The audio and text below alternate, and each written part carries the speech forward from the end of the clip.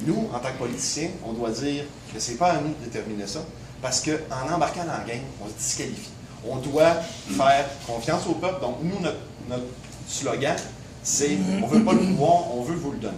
Notre objectif, c'est vraiment de donner le pouvoir à la population par, au départ, des députés qui tiraient leur mandat de la population via des systèmes directs ou participatifs de démocratie.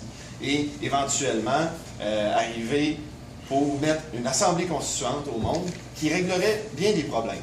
Si je donne des exemples, la santé, l'éducation, la question nationale, la légalisation de la marijuana, les ressources naturelles, toutes ces grandes causes-là, qu'il y a des gens qui se débattent là-dedans depuis des années, ça passe pas. Ils ne sont pas entendus.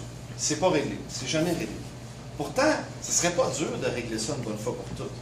Il faudrait juste avoir un vrai débat, un débat sain, un débat qui n'est pas polarisé comme la Charte des valeurs ou les frais de scolarité.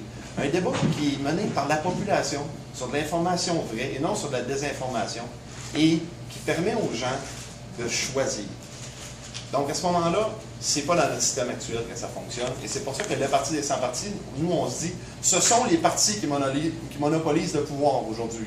Vous êtes tous là ici parce que vous savez très bien que pour faire avancer votre idée du Québec, votre vision du Québec, vous avez besoin d'un parti politique, vous avez besoin de ces véhicules-là pour atteindre le pouvoir ou, du moins, menacer suffisamment le pouvoir en place pour que vos idées soient écoutées et passées.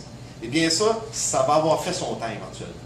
Et nous, ce qu'on dit, c'est qu'il est temps que ça se passe. Et donc, le Parti des 100 partis, pourquoi est-ce qu'on est un parti? Pour la même raison, parce qu'il n'y a que les partis qui pourront permettre ce changement-là, le pouvoir monopolisé par les partis. Donc, c'est pour ça un petit peu le paradoxe de parti sans parti, c'est parce que on est quand même lucide, ça prend un parti pour changer les choses.